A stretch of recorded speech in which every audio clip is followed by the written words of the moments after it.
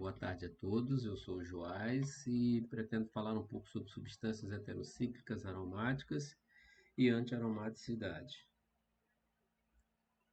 Bom, aromaticidade, né? Um conceito central da química orgânica e desempenha um papel, assim, importantíssimo, né? Na determinação de estabilidade das propriedades químicas de muitas moléculas. Nós temos aqui uns critérios para dizer se é uma substância aromática. O primeiro deles é a molécula, que deve ser plana, deve ser cíclica, deve ter um sistema contínuo de elétrons π deslocalizados e seguir a regra de Huckel, que estabelece essa fórmula de 4n mais 2 elétrons π. Os hidrocarbonetos aromáticos, eles foram assim descobertos a primeira vez, foi o benzeno por Michael Faraday no século XIX, e em 1865 o Auguste Kekulé que propôs essa estrutura, como nós já conhecemos hoje, e introduziu o conceito de ressonância nessa molécula de benzeno. Aqui temos um exemplo, né, das variações conforme você vai juntando os benzenos. Vocês têm aqui o benzeno, o pireno, o naftaleno, o antraceno, o fenantreno, depois o pireno, perileno e coroneno. Você veja que a diferença é só a quantidade de benzenos agregados, não é? Formando essa cadeia aí. Então, a estrutura e propriedade dos hidrocarbonetos são assim: os anéis são de carbono com ligação π, obedecendo essa fórmula 4n mais 2, são planas e cíclicas e representado por estruturas, né, de ressonância mostrando o π deslocalizado em volta do anel. Beleza. Aqui nós mostramos como é feita a nomenclatura dessas moléculas. Os substituintes são colocados em ordem alfabética, os locais são numerados de forma a dar os menores números possíveis, e os prefixos, não é, eles têm esse prefixo orto, meta, para, que são frequentemente usados para indicar a orientação relativa do substituinte. Veja aqui que nós temos no toluil aqui, eles chamam de ortotoluil, esta posição que nós temos aqui logo depois do substituinte, certo? Tanto de um lado quanto do outro. Metatoluil é logo a seguir, a posição seguinte, tanto de um lado quanto do outro. E o paratoluil é essa posição que fica a 180 graus em relação ao substituinte. Sendo que nós temos outra forma que é chamar de alfa as posições do substituinte e a para, que é embaixo, tá certo? E tanto a meta quanto a orto são chamadas de beta. Assim, os compostos aromáticos eles têm utilidades, como você viu lá, a formação daqueles polímeros. O benzeno, por exemplo, é utilizado como precursor de polímeros. Nós vimos bem aqui assim, né? Olha a quantidade de polímeros que são feitos a partir do benzeno, tá? Só esse daqui a gente já viu e isso é o mínimo que a gente pode falar. O naftaleno, que é utilizado para fazer inseticida, lubrificante, solvente, né? O antraceno já é utilizado para a produção de corante, o pireno utilizado como sonda molecular e aí vai. Agora nós temos dois casos de nomenclaturas que precisa se ater. Um é quando nós chamamos de antiaromáticos. Os antiaromáticos são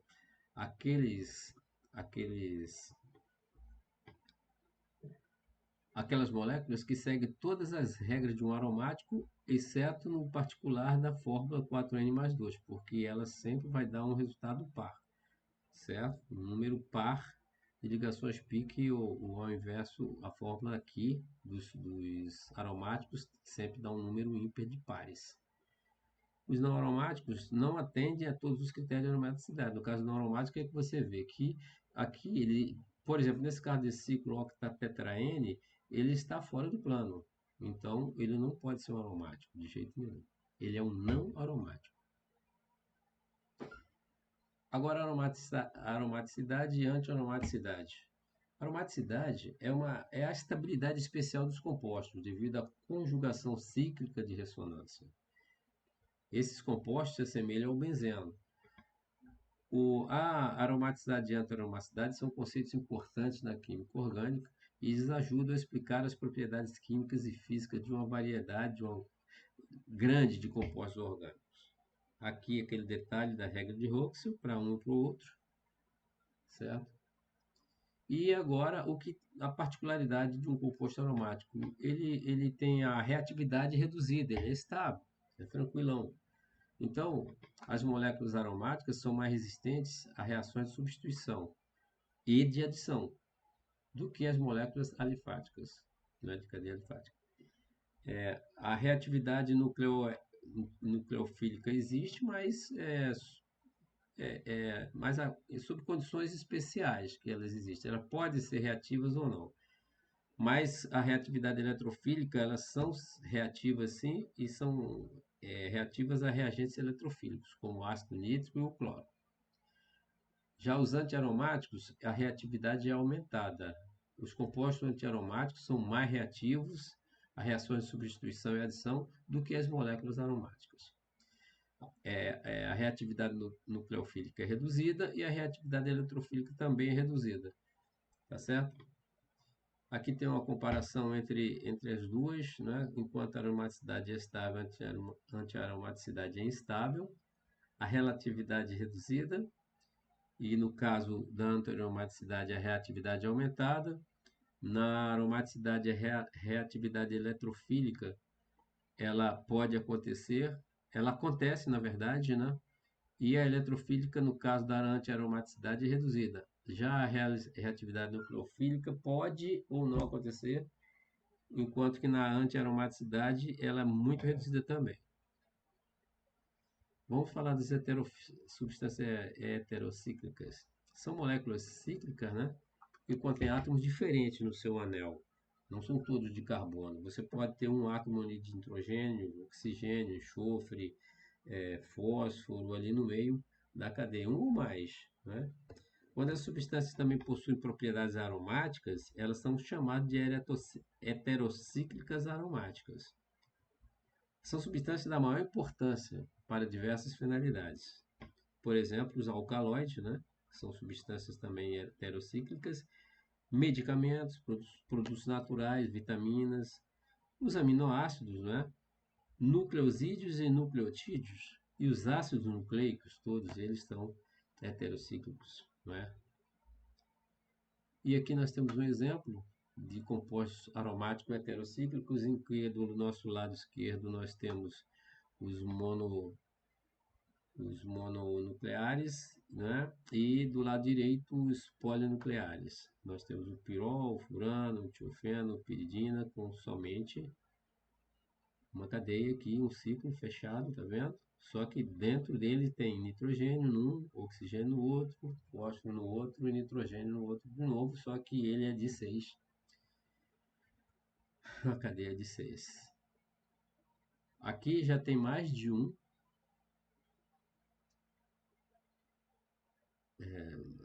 Duas cadeias cíclicas juntas, tá vendo? Aqui lanina, indol e adenina, são os policíclicos. A nomenclatura dos heterocíclicos são feitas assim. Os substituintes estão em ordem alfabética. E aqui, ó, um exemplo, existe várias, mas a que foi adotada aqui no nosso curso foi essa, em que nós colocamos o prefixo asa para o nitrogênio, o oxa para o oxigênio, o tia para o enxofre, fósforo para o fósforo e etc. Tá? Então, se você olhar aqui à direita, você vai ver que esse aqui, olha, que está com o oxigênio na sua cadeia, são chamados de oxaciclopropano. Tá vendo? Oxa, porque tem um oxigênio. Já essa aqui que tem o nitrogênio, ele é chamado de asa. E o N-metil é porque no nitrogênio ele botou esse N porque esse metil está no N. Tanto é que o N está aqui em itálico para fazer essa referência. E asa porque é nitrogênio também ciclopropano, tá vendo? É esse nome aqui. Aqui nesse outro exemplo, nós temos o flúor lá em cima e o enxofre aqui.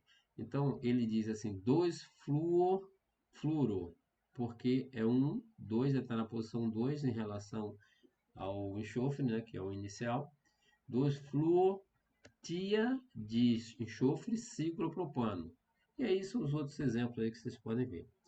A posição de eventuais substituintes é indicada por números de localização no anel a partir do heteroátomo.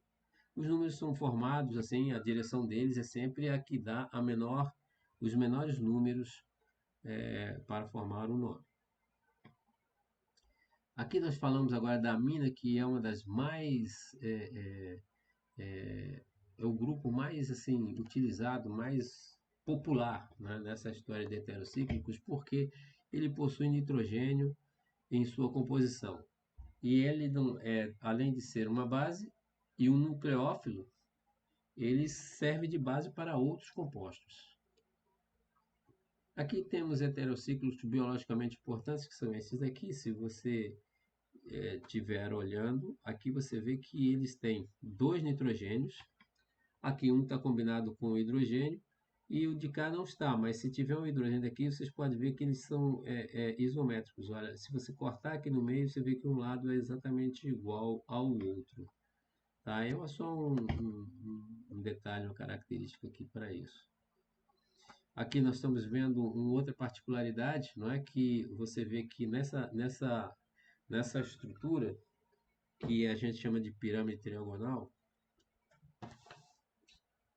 ele tem aqui, olha, essa base triangular aqui, feita pelos radicais, e em relação ao nitrogênio, e por conta deles ficarem se repelendo, eles se repelem uns aos outros, os dois átomos, os 2 elétrons do nitrogênio, ele fica cá em cima, fazendo essa parte do orbital. Aqui embaixo fica, vamos dizer assim, atrofiado, porque não tem elétron nenhum lá fazendo órbita, nesse caso.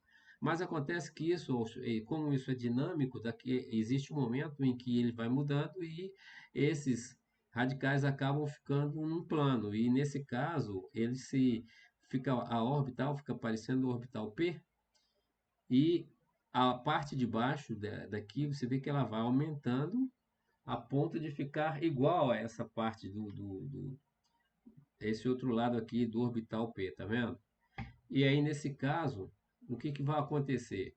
Os elétrons que estão aqui acabam pulando para o lado de cá. Isso em temperatura normal, temperatura ambiente. E quando pula para o lado de cá, esses radicais acabam se afastando um pouco, formando uma estrutura aqui invertida, vamos dizer assim, né? E é isso que a gente chama de anverso, né?